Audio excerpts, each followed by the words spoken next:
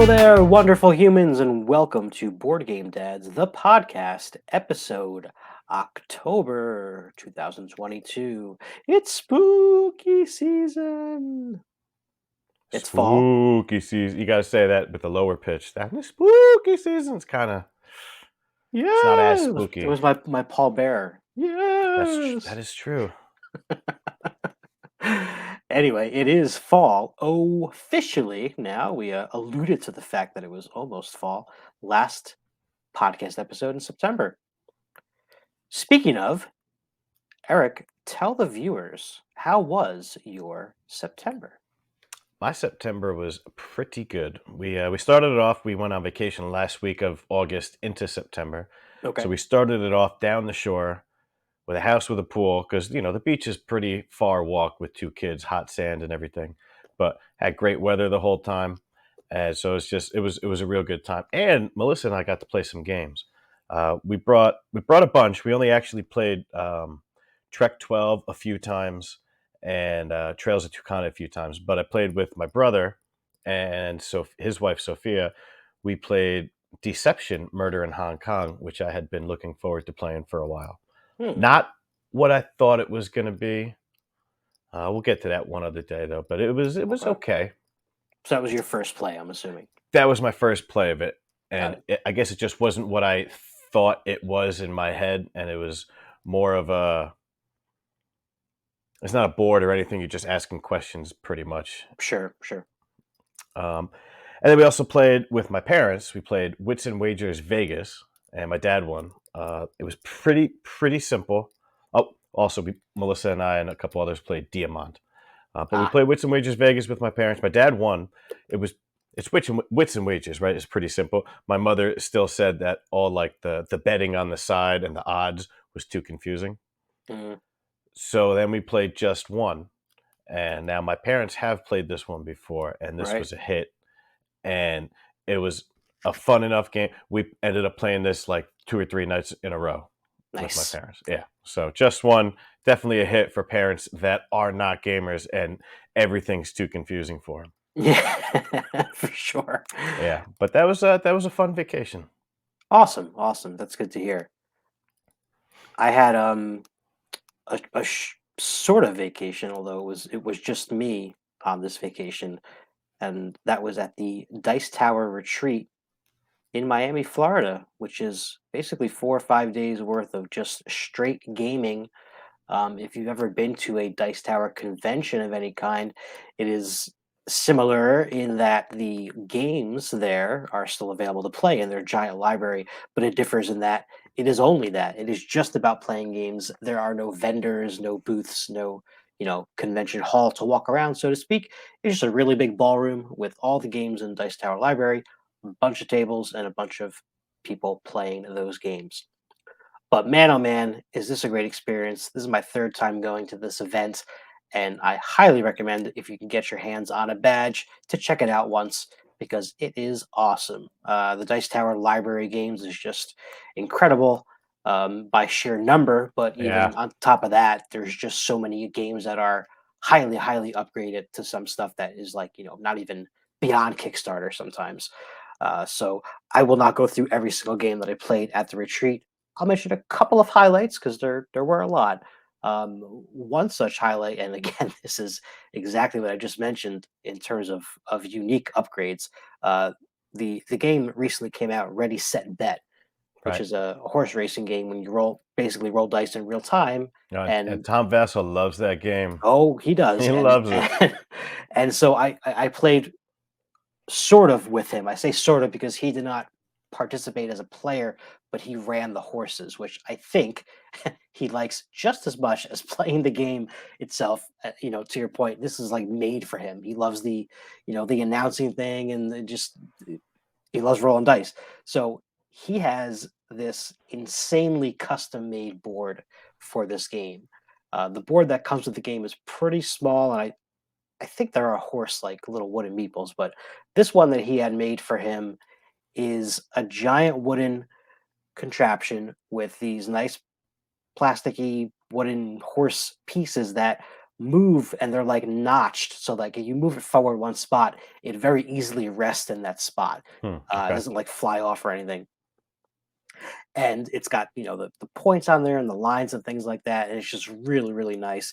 And he's just rolling the dice and saying, oh, and horse number 4 moves up 2, and here's horse number 6 coming back. And it was an overall very very very awesome and unique experience. And that was just one of the highlights, but I got to play a ton of games and met some very cool people. And I don't know, maybe I'll do a video about all the games that I played there. I did that last year, but I'm Yeah. not sure how well received it was. We'll see. All right. Well, also, before we move on to our last three, I know you want to make this nice segue between the games you've got to play at the Dice Tower Retreat and the last three. But September, also, since it's now in the past, was the start of school. Ah, And Zoe has now officially started preschool. She's been going there for about 2, 3 weeks at this point, and nice, she nice. likes it. So we are happy that she likes it. Yeah.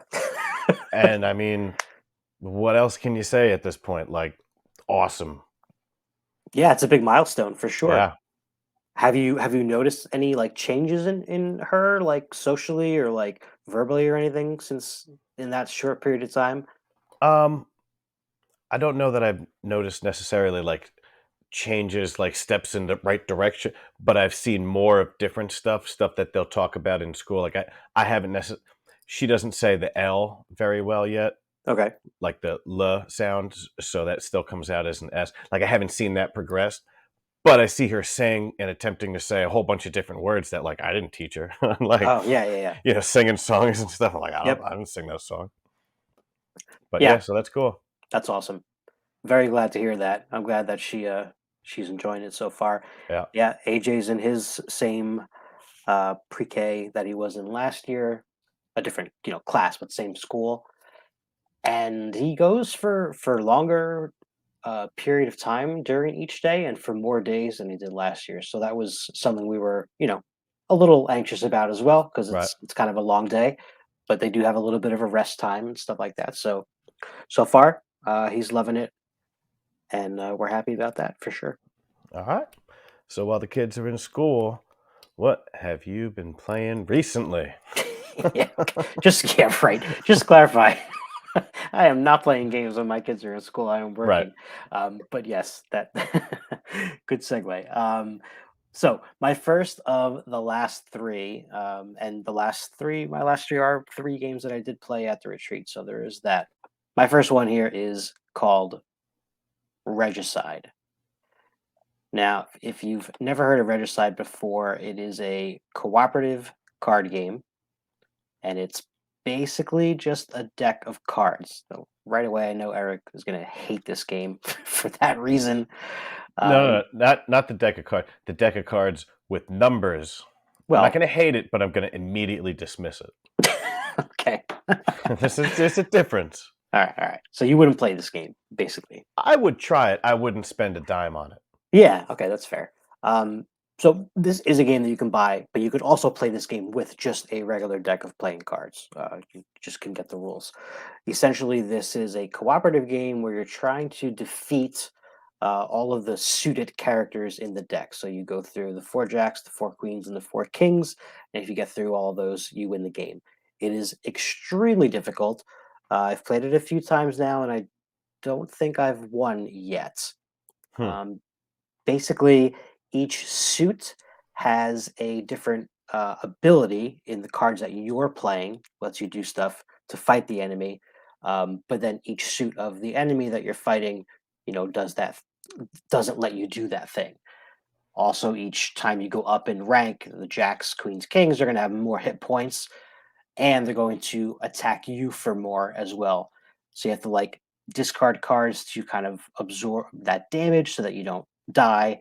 And for you're really not allowed to communicate so much in this. And after a while, you play a couple times, you're like, yeah, we're going to start talking a little bit more because this game is really really hard.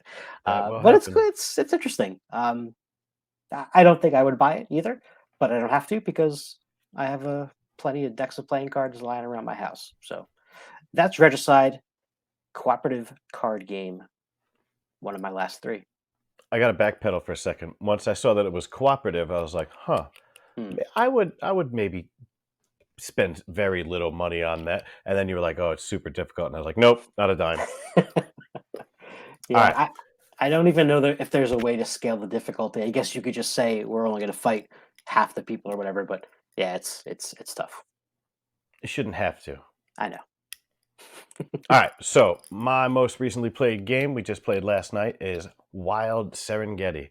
Now, this is a Ah, game that we backed, my wife backed on Kickstarter. We got it a while ago. And I think we talked about this before. mhm. This is designed by Gunho Kim, and it's 45 minutes to an hour for 1 to 4 players. And that's about right. If you play with two, it's not going to take 2 hours. Um, and you're basically, I guess you're photographers, and you're trying to get these animals. You're luring them with meat, and there's action drafting. Everybody, you get one place you can move your thing over to, and then somebody else go. And I guess it's worker placement, but you only have one worker, so it's called action drafting on BGG. Okay. But it's also pattern building because you're going to have these little scene cards that tell you how certain animals are supposed to be set up in what kinds of terrain. And every time you can do that and you have this card, you're going to take it and you're going to score whatever points or whatever symbols on it. There's some sort of set collection that you can score points. A lot of the cards just give you victory points. There's cards with hearts on them, and then if you get a whole bunch of the cards with hearts at the end, it's one of those charts where if you get 10 of them, it's worth 50 points. So that could be a huge boost, and it's a fun game. It's got a lot of really some of the best animal meeples I've seen in any game I've ever Hmm. played, Hmm. and you can't beat that. And it's a fun game, and it doesn't take too long. And it's got a bunch of I think it's got a few like little modules, maybe like a mini expansion. I don't recall exactly. We haven't really delved too deep into any bonus content, Oh, okay. but it's a good one. Yeah, I'm very intrigued by this theme. Well, I'm a sucker for the wildlife theme as well, Right. but this photography thing is a cool different angle on it. So I Yeah. would definitely try that out. It's like a lot of these games you feel like when there's animal meeples, you're hunting them, right? Oh, well, I get this one, but when you're taking a picture, then it's like, oh, we'll take a picture, and the animal doesn't leave the board, Right. so it's cool.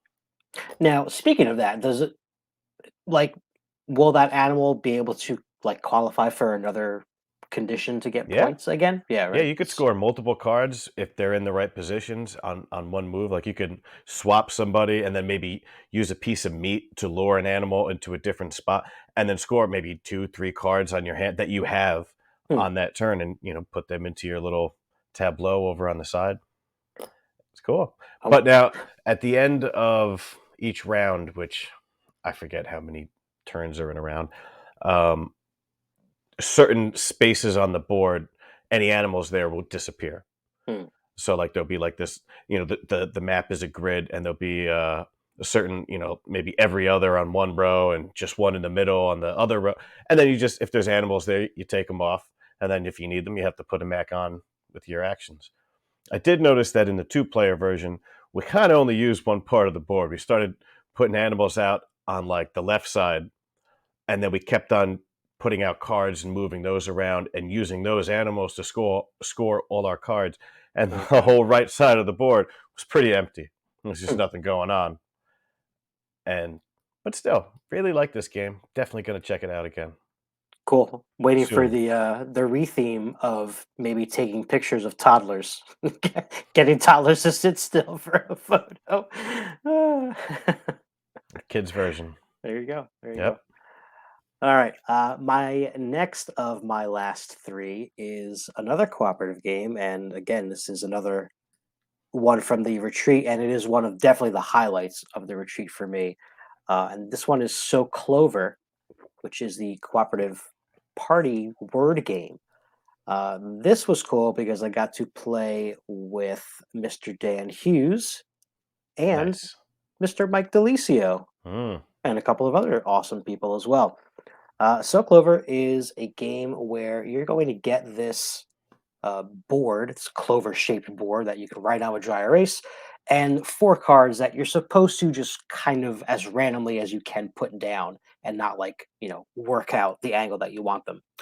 Once you get them out, you then look at the two words that are facing each clover leaf there at the end, and your job is to write one word that connects those two. So everybody's kind of doing this with their own set of cards, privately where nobody can see it. And then when everybody's done, you're going to pick one person to kind of start. That person's going to take the four cards that were on their clover and draw one more card from the deck, shuffle all of them, flip them all face up, and then reveal your clover, the things that you wrote. And then you're not allowed to say anything else anymore. Everyone else then is going to look at all the cards and all the clues that you wrote and try to figure out where to put these cards on this clover to match up the way that you had them. So it's sounds easy, but it really gets challenging for a couple of reasons. One is sometimes you simply cannot think of anything to link these two words together. And if that happens, sometimes you just got to go with one of them and hope that it's a strong enough thing for your other players to guess it correctly. But what throws a wrench into the plan really is adding that fifth card. So, you might have a perfect setup. In this example here in the bottom, again, if you're listening to this on a podcast, apologize, you can't see this picture. But the two words here are recipe and cake. And the person wrote the word cooking to link those two. That But person has very sloppy handwriting because I was looking at I thought it said looking, and I was yeah, like, yeah. "What does this mean?" Is that yours? Tell me that's yours. It is not actually. It is Okay. not. Um, So that might be a setup, and then you might draw that fifth random card, and it might have the word, oven on it. And now you're like, ah, crap, oven's there. That's going to mess everything up, and you can't say anything. And basically, everybody puts the cards out, and you basically say final answer kind of thing. You lock it in, and then you say yes, you guys are right, or no, you have two of them right, and you get some chances to rearrange them. Just like the game just one you mentioned, there is a point system to this. It's not entirely necessary. We didn't really keep too solid of a score. It's more of the fun experience and the puzzle of trying to think of how the other person put those things together, Right. get into their head a little bit. But a lot of fun. And ironically, I've this is the game that I've closed out playing the last two retreats. It was the Hmm. last game that we played both times, so that was pretty cool as well. So Clover. Oh, I didn't even mention all the stuff. I wrote all the information down, and I keep forgetting to mention it. So this game's from 2021. It's designed by Francois Romain by Repost Productions. Plays 3 to 6 players in about 30 minutes, ages 10 and up. All right. So Clover. All right. So the next game that I'm going to talk about in the last three that I played is Flamecraft. Now, this game is hot right now. It's on the hotness. It just came out on Kickstarter. I just got to play it, and it's a great game. I just want to say right up front, I know, again, podcast, can't see pictures, amazing components. I'm not impressed with the art. It's supposed to be cute dragons, and it is, and it's fine, but I feel like it could have been a little bit nicer. Anyway, you know me, I got to complain about I something. I'm gonna stop you because I agree with you. I Okay. played this game as well, and I mean the artwork is fine, Right. but it's not wow. It didn't wow me. No. The components wowed me. Yeah, yeah, for sure. So anyway, so this was designed by Manny Vega and published by Cardboard Alchemy. It's about an hour and it plays 1 to 5. So it's a resource management, hand management game with contracts and I guess a little bit of worker placement because you have a worker Hmm, and you hmm. move him. But basically, there's different resources that you're trying to get, and you're going to use these to try to fulfill these contracts for a lack of a better term. And that's it. That's the game. You got money, which is quite possibly in this version, in the Kickstarter version. I don't know if these came in the regular version, the thickest possible metal coins I've ever seen in a board game. Yep. Now, we're going to talk about this game in a Kickstarter preview or preview. The game's out already in a Kickstarter day video that we're going to put out within the next week or two. So I'm not going to get too far into it. I know that Anthony, you played this one on the Dice Tower Retreat, and I Hmm. got lots to say about this game. Yeah. Lots more to say. No, it's definitely a good one. Very, Yeah. very impressed. Like the theme a lot too. All right, back to me, eh? All right, last one here is a game that I played at last year's retreat and played again at this year's retreat, and I own the game, and this one's called Nidavellir. So I was a little reluctant to try this game because it has a bidding mechanism to it, and I'm Hmm. usually not a big fan of those. I just don't do well at them, and I feel unintelligent sometimes in those types of games. But what's different about this one is a couple of things. One, even if you are outbid by everyone at this particular location that you're bidding for, you are still going to get something. I like that fact. Hmm. So in this game, you're basically drafting. The theme is that this dragon's going to attack your dwarven stronghold, and you've been tasked with, amassing this dwarven army. Whatever. The theme is very, very thin. You're basically going to these three different taverns and bidding on uh, X amount of cards, depending on how many players there are. So even if you bid the lowest, you're still going to get something, which I like. But also, the unique thing about this game is that in addition to bidding at the three locations, you have these other two coins that you can always put face down in this kind of like upgrade section of your little player board. And when you flip those over, you're going to use the values to upgrade these coins. So you start off with like 0 through 5 or whatever, but you can then upgrade them, and there's this like market of extra coins that you can get higher values of, thus letting you win other bids later on, and again upgrading those even farther, so you can get some pretty high value coins, which I thought was pretty unique in this game. Other than that, scoring points is basically similar to lots of other set collection games. There's a couple different color cards of dwarves. A lot of them give you just points on a expanding scale, and then some is more specific about symbols on the cards and things like that.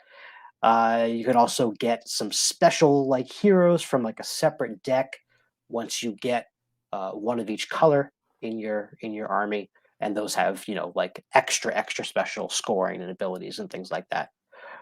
Really cool game. I like the mechanisms a lot. I'd like to play this more often, and Nidavellir is a good one for someone who likes set collection and maybe some bidding. So that's my endorsement. All right. All right, what do you got? All right. And then my final one is Gloomhaven Jaws of the Lion. Aha. Now, everybody's heard of Gloomhaven. They've probably all heard of Gloomhaven, Jaws of the Lion. I've never played regular Gloomhaven. I've only played Jaws of the Lion, which is a preview, I guess, of all the content that's going to be in Gloomhaven. It sort of shows you how to play the game and gets you to the point where you Mhm. now know how to play the game and you're like, oh man, this is great. I really want to, oh, but it's over. Right. And then you just go and buy Gloomhaven and you got all this new stuff to buy with all these new characters.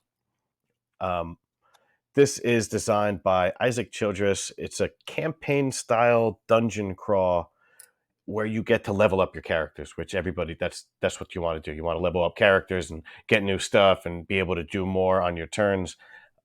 The I guess the unique part about this one is that you have a 10 card hand, and each turn you can play two of your cards. You can do the top power of one and the bottom power of the other. And some of the cards, if once you play it, you have to get rid of. And then you only have 9 cards, and then at the end of the turn, you have to get rid of a card anyway. So now you only have 8 Mhm. cards, which means you only have 4 more turns left until you have to get rid of a card. So you don't want to get rid of them, you want to keep them in play, but the cards that you can get rid of are really good. So you gotta it's really hand management, Yeah, but it's a lot of fun. And man, we played this, we just left it out on the table. We played it for about a week and a half straight. We knocked out maybe like 13 campaigns and had such a great time playing it.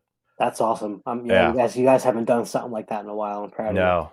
Yeah, you. this was a good one. It was a good time. Awesome. Does this make you like kind of want to try regular Gloomhaven, or did you like just satisfied with this experience? Uh we have too many games to Ah, play. I've heard of that problem. Yeah, That a game like this that's going to take up a good chunk of our time, we still have more of this to play. right. And when we finish the whole thing, I assume we can still go back and play as the other two characters in the box that we haven't been, and then have all new cards, all new powers, and play through the whole thing again. Got And it. that'll probably be, enough for us that we don't need to go out and get Gloomhaven or Frosthaven or any of those. That's fair. Yep. I have to do my own backpedaling because I'm so bad at this. I again did not mention any of this, the publisher, any information about Nidavellir, nor do I think I did it for Regicide. But Regicide, I'm sorry, it's too late. I'll put it in the show notes, I guess. Nidavellir is by designer Sergei Leggett and art by Jean-Marie Minguez. 45 minutes, plays ages 10 and up, 2 to 5 players, and it's published by, I don't know how to say this. This is the publisher's name. It's spelled all capitals GRRRE Games. And the icon, the logo is kind of looks like a bear. So I think you might say it Grrr Games. Maybe. Maybe. I don't know. If you're out there listening, let us know if that's correct or not. Yeah, Yeah. Anywho, you know what time it is? I do. It's time for a Poetic poetic interlude. interlude. All right, so what are we doing here? Well, I have my haiku written first. Go for it. All right, here we go. We all get a card. Most of us are in the know, but the spy must lie. Oh man, that could be a whole bunch of games. I don't want to say Spyfall because you said spy, but that's the game that I'm thinking of. I feel like maybe the Resistance is like that or something. I'm gonna go with Spyfall. Yes, Spyfall All is right. correct. I tried to make it easier by putting Oh, the okay. word in the Okay. title of it. I thought that was like taboo for you that you would never do something like that. I started out not doing that, but I feel like I make these much more harder than you make them for me. So I tried to go a little easier on that one. All right. All right. So haiku time. In a haunted house, Oh boy. children cooperating as they roll and move. Ghost fighting treasure hunters. That's right. Oh man, we Oh, gotta that's we a gotta get that going up on Zoom soon. absolutely. That is a we play that every year for Halloween because it's so simple. We Yeah. very rarely actually because we have an expansion. We have to read the rules because we can never remember from year to year the expansion rules.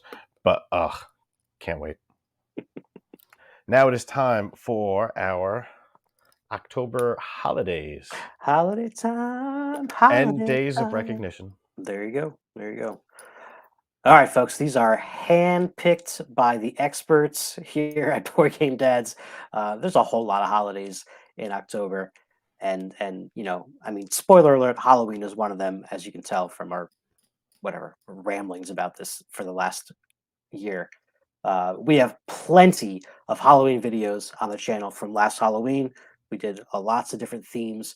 Check those out. I'll try to remember to put those links in the description as well. But before we get near the end of the month, we're going to start off with a doozy here. Everybody's favorite, National Farm Animals Day. I believe it actually is World Farm Animals Day. Well, that's why it's nobody's favorite. So it's all over. It's not just in America. Everybody loves farm animals, especially board games. And one of them is Carcassonne over Hill and Dale. Hmm. Have you ever played this one? I have not had the pleasure of actually playing this one, no. It's pretty good. Basically, it's like all these little expansions, it's the same concept of Carcassonne, but when you put down the road tile, if there's an animal along it, I think once that road scores, you get points for the animals. And they have horses and sheep and pigs and cows and chickens and things like that. Hmm. It's been a while since we played this game, so it's entirely possible that the horses and chickens and everything are for farmers instead of along the road. But they're in the game. But they're in the game. There's also things like pumpkins and apples and stuff that you can collect when you build the town. But it's a good version of Carcassonne. Okay. I would absolutely recommend this as a good. I like Gold Rush. I think that might be my favorite, but this is Mhm. up there for a second recommendation. Okay, okay. There's definitely no shortage of farming themed games out there. It is a No, very Euro-y kind of theme anyway. So I immediately thought of Agricola. I've actually never played that game, but yeah, I me I know neither. that it is like the farming game. Raising livestock, feeding your people, and things like that. So yeah, I don't know. I feel like it's a game that I should try at least once. But Now, Agricola, All Creatures Big and Small is the two-player version of Agricola, and that I have played. okay, It's all right. I mean, if you like farm animals, right. so Well, hey, World Farm Animals Day, folks. All right. Next up is a very poorly titled, and I'm air quoting here, holiday. yeah, Okay. So we'll, travesty. we'll take some issue with that.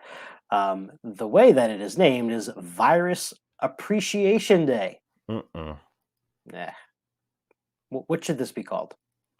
Awareness, Yeah, Virus absolutely, Awareness Day, absolutely. or it just shouldn't be a holiday for I don't know 5 years after a real pandemic. You should just wipe this one off the books for just a little while and then Yeah. bring it back. And then, then we can appreciate, the virus and for whatever reason that they have this day.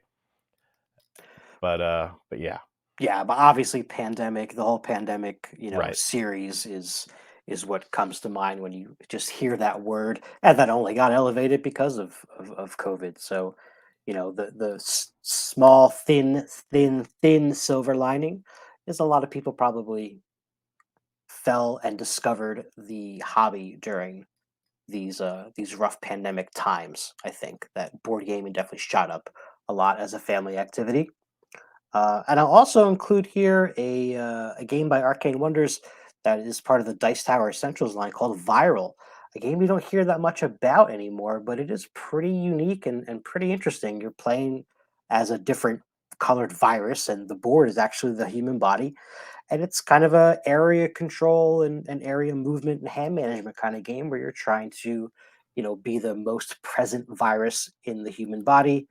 You're playing against other viruses. There's also the body's immune system starts to fight back at a certain point. So there's that you have to measure as well. And some very, very cool looking artwork on that one. That's viral. Check that out if you never hoided it before. I actually have had the chance to play that one, and I was okay on the gameplay. It wasn't, amazing, but it wasn't. I don't have a sour, like a bad taste in my mouth Right. afterwards. But I absolutely agree. The artwork for what it is, right? Kind of like cartoony monster bacteria. I loved it. It was It awesome. is. It's like Yeah. from like a commercial for like Yeah. medicine or something where they Yep. show like the lightning bolts fighting like these like Mucinex. for sure. Cool. All right. So away from a very, very, weird, poorly named holiday to a pretty awesome named holiday, I think. What's up? This is National Taco Day on October 4th. Delicious. I love tacos. I don't like tomatoes though, so it's That's okay, man. That's okay. yeah, yeah, but there's usually tomatoes in tacos. I know, but a taco is something that you can make anything you want. It's a blank canvas. That's true. But I like to stay traditional as much as possible. Yeah. Uh, so I gotta tell you, I couldn't think of any games that like had anything to do with tacos other than taco, goat, cat, pizza, whatever it was. And so I looked it up and I found this game, Welcome to Sunny Taco Apocalypse. I, I I don't know never heard of anything this about this game. before. I don't actually think this game is out yet. Oh, okay. I think yeah, I think it's either still being worked on or it's out in on some backer kit or Kickstarter or whatever. But I had to throw this up there and be like, hey, like if you love tacos, there is this game coming called Taco Apocalypse that kind of looks from the cover. I would have to guess that it's like a twisted metal, but everybody's a Yeah, different like yeah. food truck, maybe. Isn't there a Deadpool storyline where he like has like a food truck like this? Oh yeah, I mean, Deadpool does a whole bunch of crazy stuff. Yeah. He's got a taco truck, absolutely, Yeah, and a I chimichanga. I think he sells chimichangas on like a Vespa. nice. Yeah. Yeah, I don't own any taco themed games either. So similar to you, I just kind of like did a quick search and Taco Bell, man. Taco Bell put out their own game. And it comes in the party pack Taco Bell, cardboard packaging. I never played it before. It's from Ravensburger though. That's probably pretty decent. I think you're just fulfilling what customers want on their tacos by playing the right cards, and then you get some points, and that's probably basically it. Not a lot to this one. I think BGG the weight was like point 0.5 out of 5 or Hmm. something like that. But if you got a taco fan in your life, this is probably a good entry level game for that. The Taco Bell Party Pack card game. Yeah. So there you go. All right. So our next day is October 6th, and it is Mad Hatter Day. Time for Because Mad tea. Hatter in Alice in Wonderland wore the hat that said, I guess, 10/6, Mm, which has now been October 6th. So it's basically just a reason to talk about Alice in Wonderland. I know we've both talked about how Alice in Wonderland, that whole theme is kind of blowing up in games right now, and there's a whole bunch of games we could have talked about. Um, yeah, and we mentioned Wonderland's War. No, well, not Wonderland's War. Paint the Roses. I think right? maybe last podcast episode, but Yeah, I don't know. Wonderland's War is definitely the hot game right now. It was being played a lot at the retreat. I'll tell you that much. I didn't get Hmm. a chance to play it, but I'm definitely intrigued. Although the one complaint that I hear again and again is really just how long the game is for what it is that you're doing. I think it's like one of those games where they list it as like X amount of minutes per player kind of thing. So it could be like, 45 minutes to like 160 minutes or whatever the player count is on this. Hmm. I'm out. Uh, yeah, I figured. I would give it a shot, but you got to commit a lot of time. I think it's like a 3 round thing where you're basically playing a leader of a faction. It's like either Alice or Mad Hatter, or Cheshire Cat. I think maybe one Queen of Hearts, etc.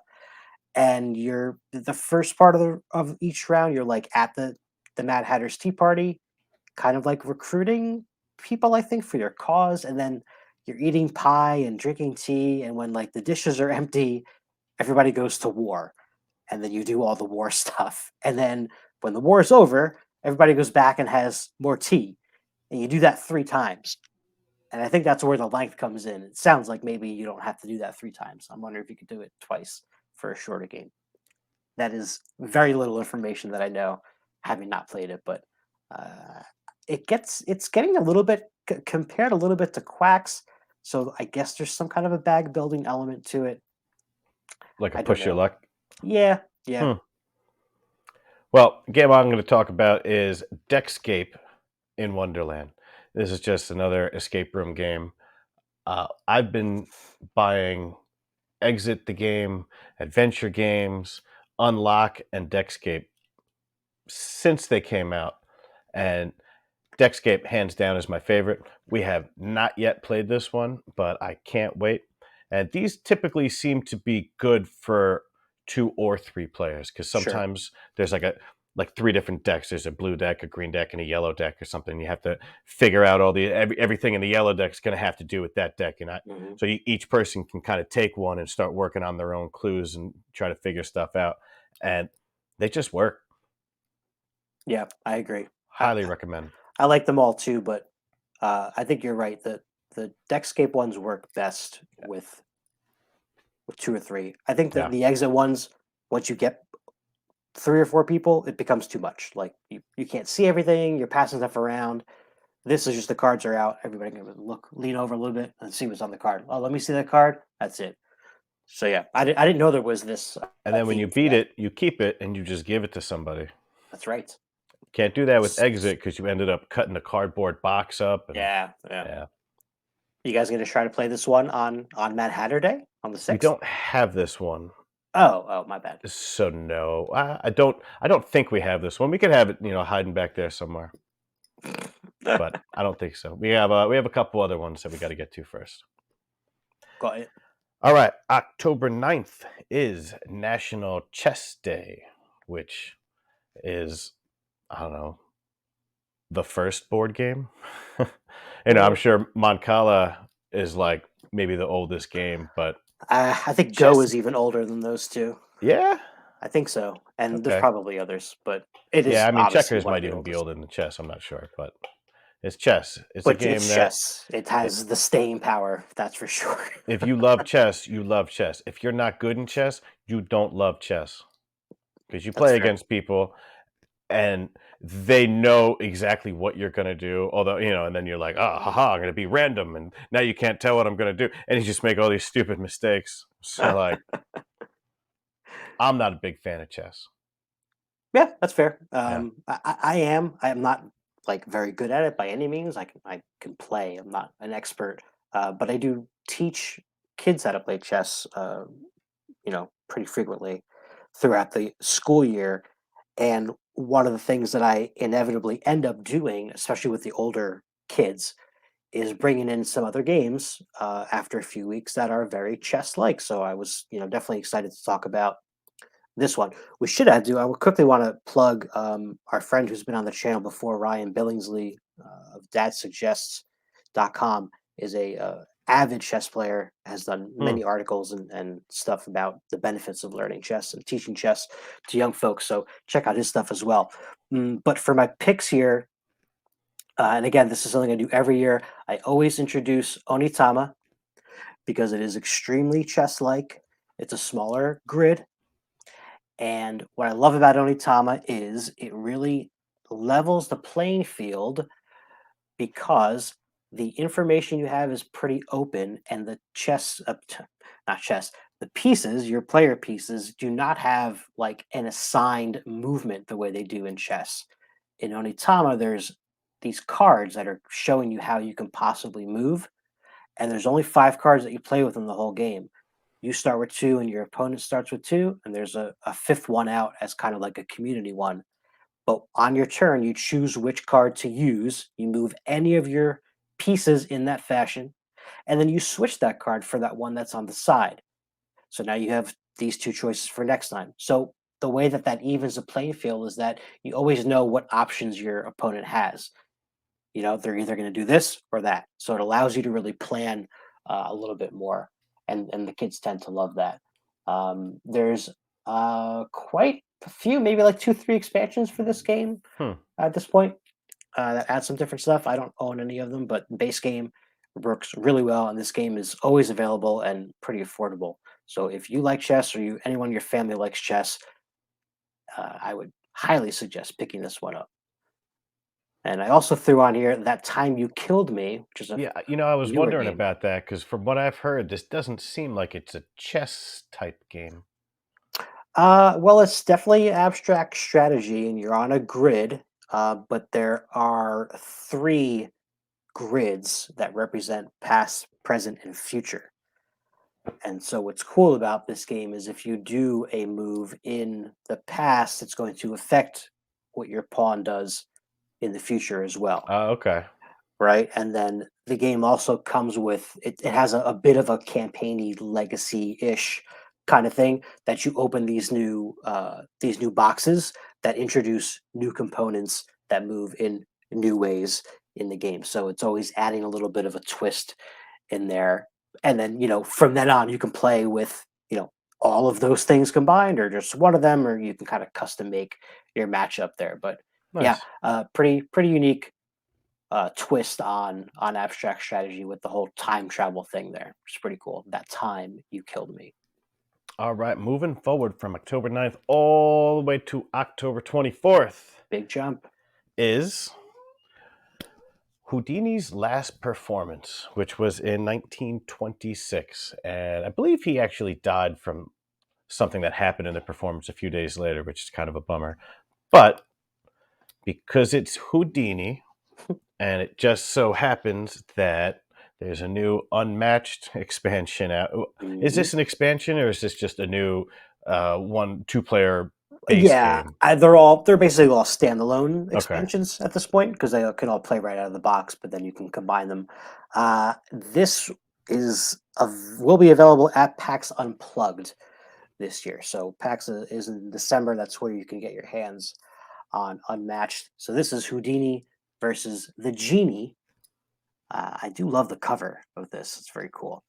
I have not played any of the Unmatched series at all. Have you? Hmm.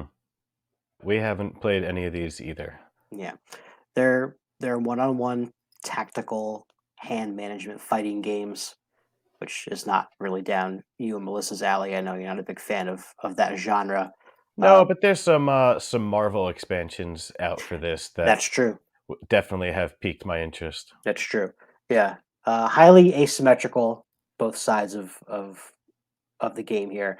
Uh, and it seems that the decks are pretty thematic that go along with the characters that you're playing. There is an Alice version character you can play. There's the whole slew of mythological characters. There's some Marvel stuff, like you said.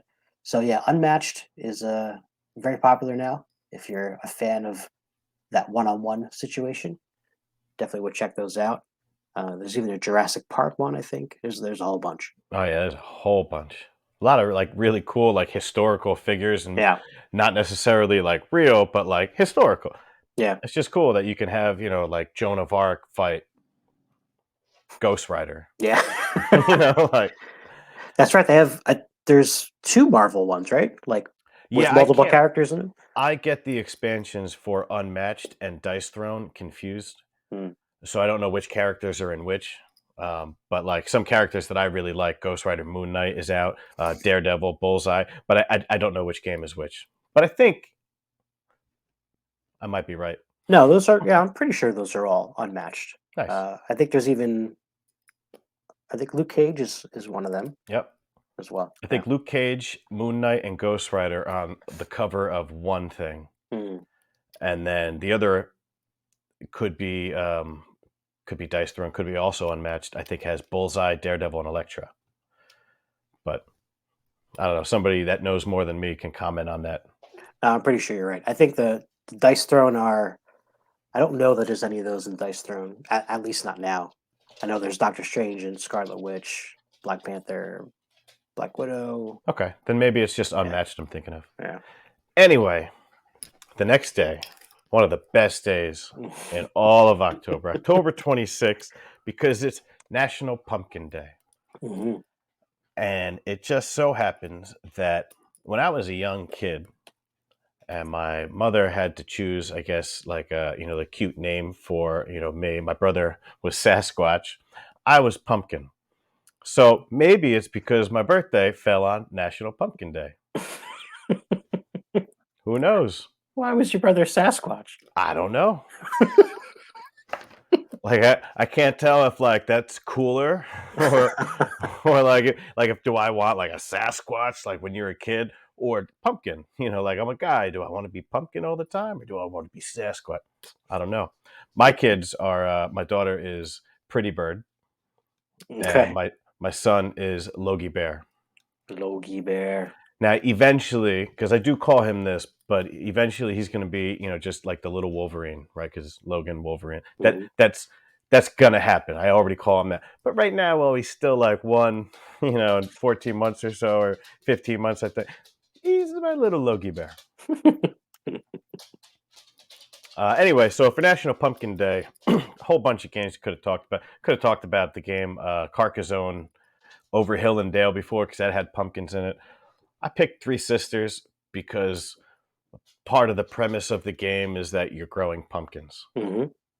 We've talked about this game before. It's Roll and Write by what is it, Matt Ben Um, Pinchback and yep. Matt Riddle. Hmm. Okay, and it's got a lot going on, but Oh it's a yeah. fun one. Oh yeah. Now, this other game that I want to talk about is the Peanuts. It's the Great Pumpkin Charlie Brown game, which there's so many awesome things about this, right?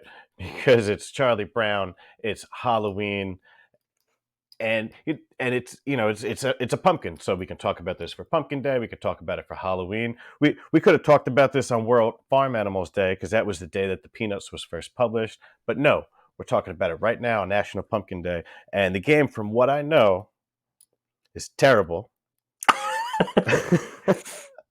It's I think I even looked it up. The designer is uncredited, so nobody even wants to be associated with this game. Oh it's man. it's a roll and move. Oh, actually, I think you spin the spinner and then move. Yeah, yeah. And there's only 5 spaces on the spinner. But every review that I read, the spinner doesn't work, so people just roll die anyway. And yeah, you have to like find costumes and collect candy and rocks, and then you have to pay candy in order to get to Linus's pumpkin patch at the end of the game. Like, it's got to be a terrible game. But if I saw this at a thrift store for $5, I would absolutely buy this game. Hmm. That's National Pumpkin Day And and my birthday. yeah, there you go. Right. Well, I alluded to that before. Uh-huh. Right. Because I'm, the pumpkin. Yeah, I'm yeah. the national pumpkin. You're the great pumpkin. That's true. All right. So our next day, October 29th. Now, this day is National Cat Day, Yeah. and it also happens to be my dog's rescue day. So the day that Melissa rescued, because I didn't even know Melissa when she rescued, so Mm. their relationship is older than my relationship with my wife. Now, in honor of National Cat Day and my dog's rescue day, I am going to go and feed them right now. For real. Okay. National Cat Day. All right, so that's my cat on the right. That's Lobo. If you're watching on YouTube, if you're not, my cat is black and white and has a little white line going down his face. There you go. Alt text. Yep. So he's sitting next to the game Calico because I thought it was cute and I took a picture of it. It's National Cat Day. That's the game I'm talking about. I'm not even a big fan of this game. Mm. Yeah, this is designed by Kevin Russ and published by AEG. And it's a abstract pattern building game where you kind of have this hex grid, and it's not my favorite.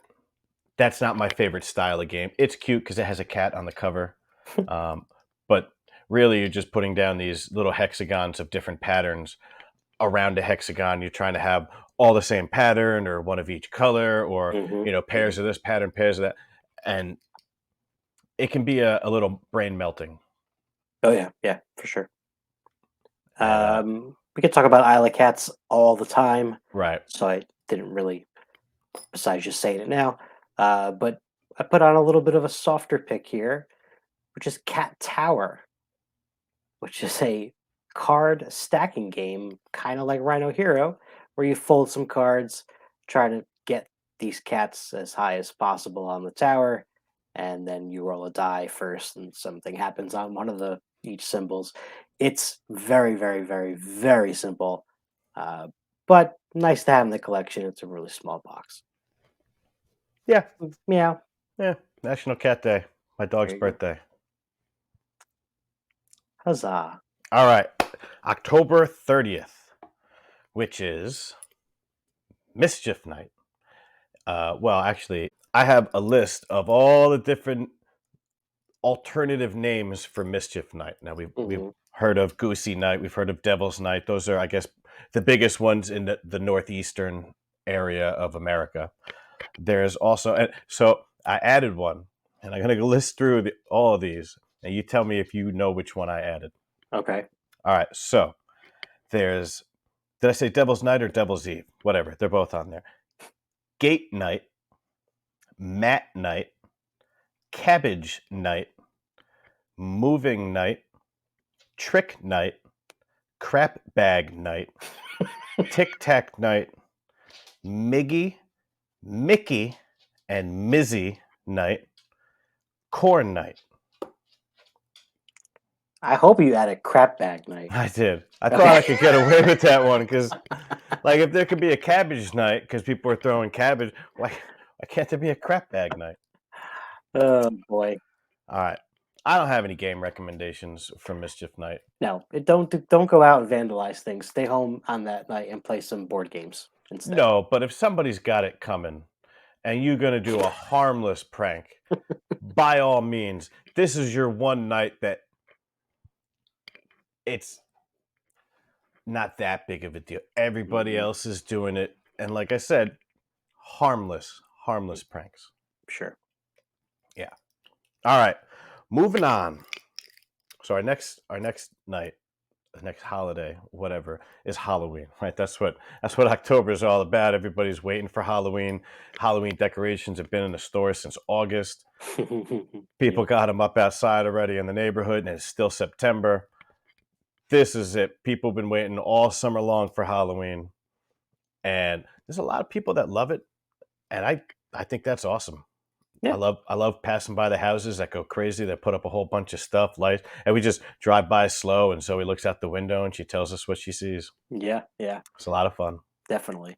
And like I said, we have a ton of videos on all kinds of different Halloween and monster themed games. So, we could list them all here, but we've Yep. done it before. So go check those out.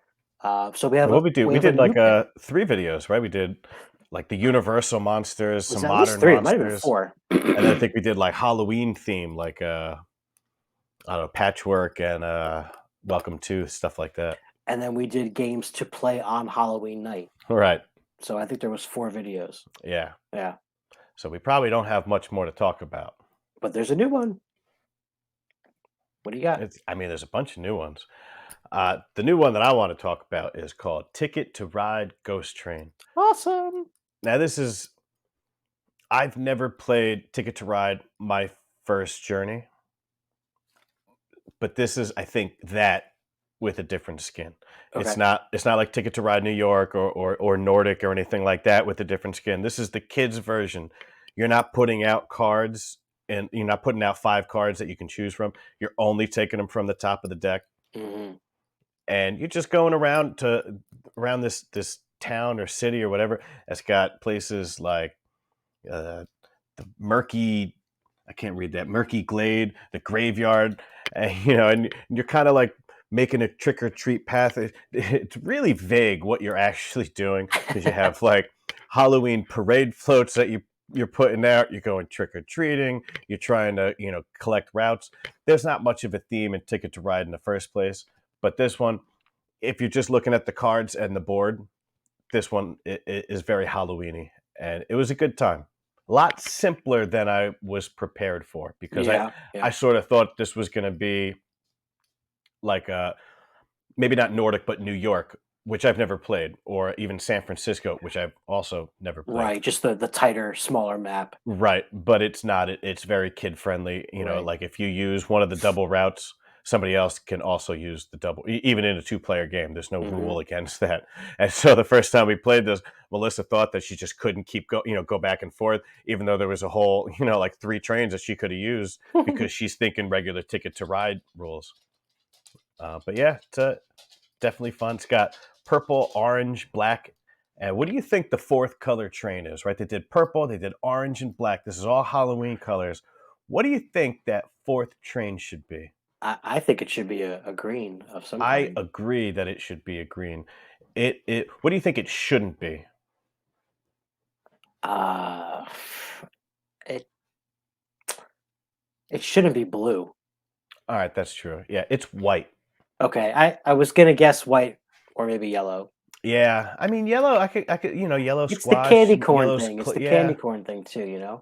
yeah, but yellow is better on the candy corn. There's only a tiny bit of white. You don't even see that. You just Yeah, assume it's yellow. yeah. Interesting. Well, it's cool. I'm glad that this game exists. I'll say that. I'm happy Right. about that. Also designed by Alan Moon. There you go.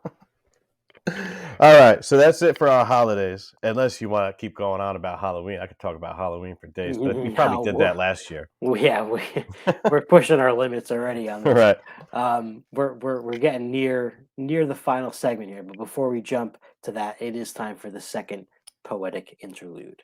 Okay. So I think last time we did our limerick, you did You did yours for Hitsy Road, which I was Mhm. saving for Halloween, so I had to come up with a new one. But this is also Halloweenish. Zombies are coming, and we're being pursued. And these useless civilians ate all of our food.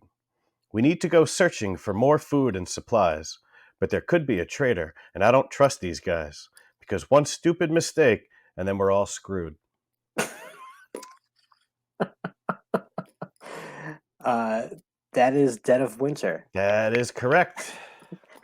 I feel like you're taking liberty with the length of these of the limerick. How many lines did you have in that poem? 4, 5. Oh, okay. Right? No. 1, 2, 3, 4, 5. Yeah. Oh, all right. Just sounded like a lot of words, I guess. Well done. Yeah. Mine is not Halloween related, although, Ah, no, it's really not. But I bet we had a conversation about possibly including it on one of those Halloween videos because we like to stretch things out. So we'll see. All right, here we go. There once was a man from the Mideast whose love of adventure never ceased. He met thieves, witches, and beggars. A genie even changed his gender, but none of it fazed him in the least. all right. That's got to be Tales from the Arabian, or Tales from the Arabian Of Nights. that is correct. All right. Nice. All Nice. right. So now we're getting to the hotness. All So right. So we just picked 3 games from the hotness list, and the first one is first one's Endless called Endless Winter, Winter. not to be confused with Dead of Winter. Right. And well, it's actually, I believe it's Endless Winter Paleo Americans. So this just got shipped. I got my copy this week, Okay. and so we're going to get this one to the table. We'll be able to talk more about it, or at least intelligently about it. But in the meantime, this is designed by Stan Kordonsky, and it was published by Fantasia Games.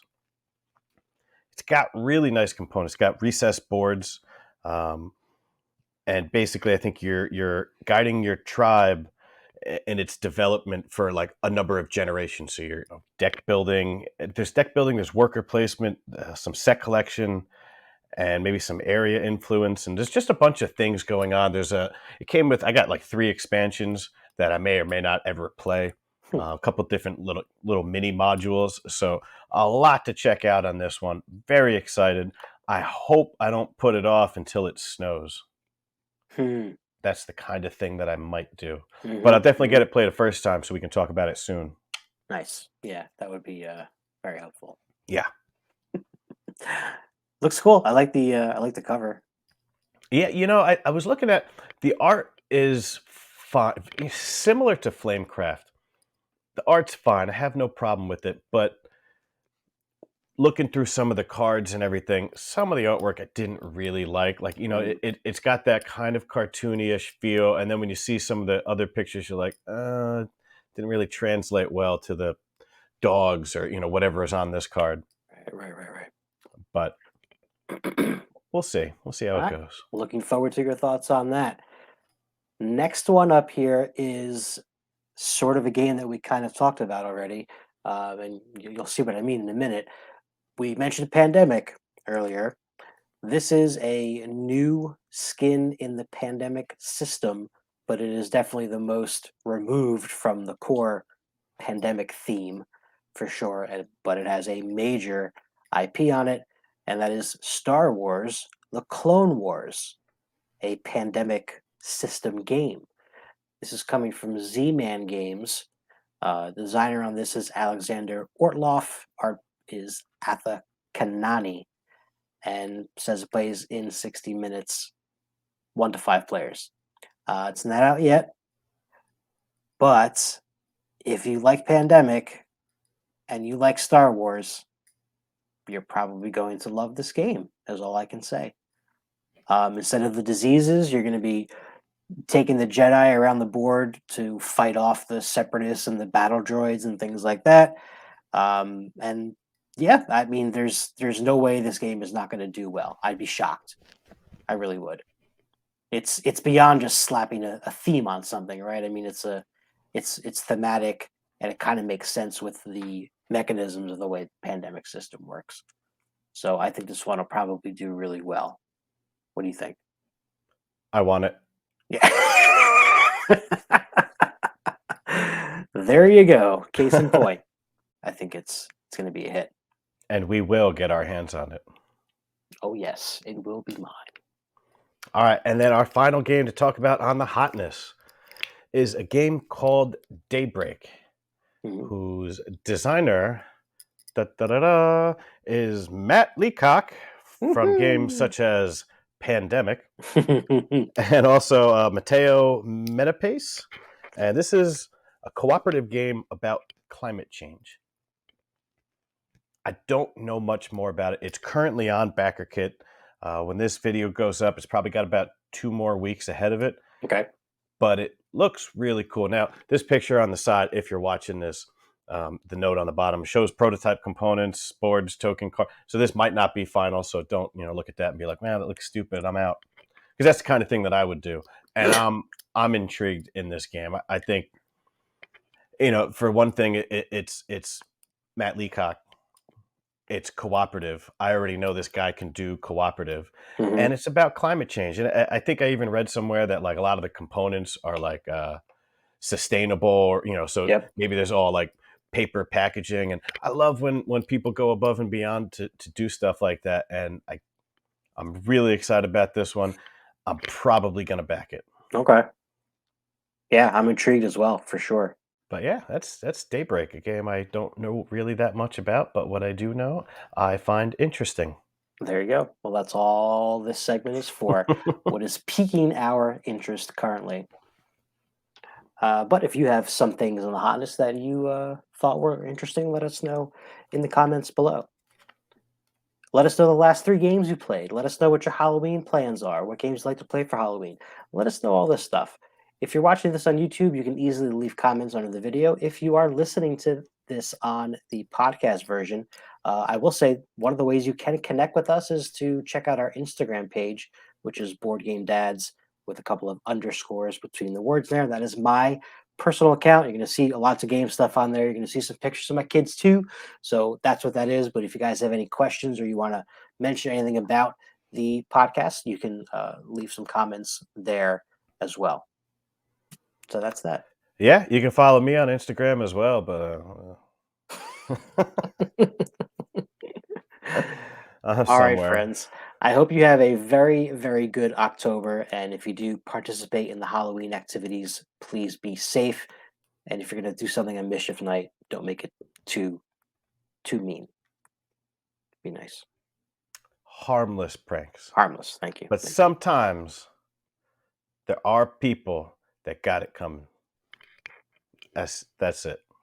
All right. A great way to end the segment. Watch out. Eric's going to get you. No, no, Nah, not me. no. Someone else, but go get him. All right, folks. That's it. We will see you next time. Bye. Bye.